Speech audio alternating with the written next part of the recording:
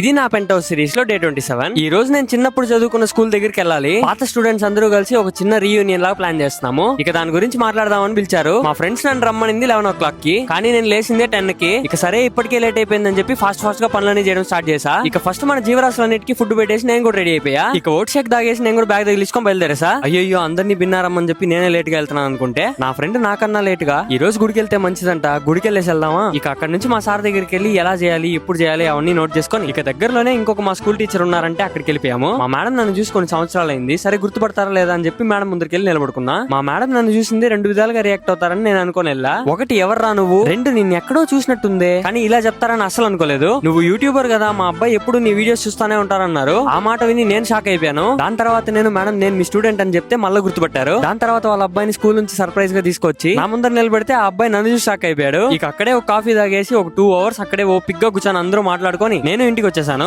ఈ రోజు సాటర్డే, నాకు 10 km రన్ ఉంది, అందుకని చెప్పి ప్రిపేర్ అయ్యి నేను కూడా వెళ్ళిపోయా. ఇక దాన్ని కంప్లీట్ చేసుకొని ఇంటికి వచ్చి వంట చేసుకొని తినేసి పడుకునేసాను. ఈ రోజు వీడియో కింతే ఫ్రెండ్స్, అయితే నెక్స్ట్ వీడియోలో చూద్దాం.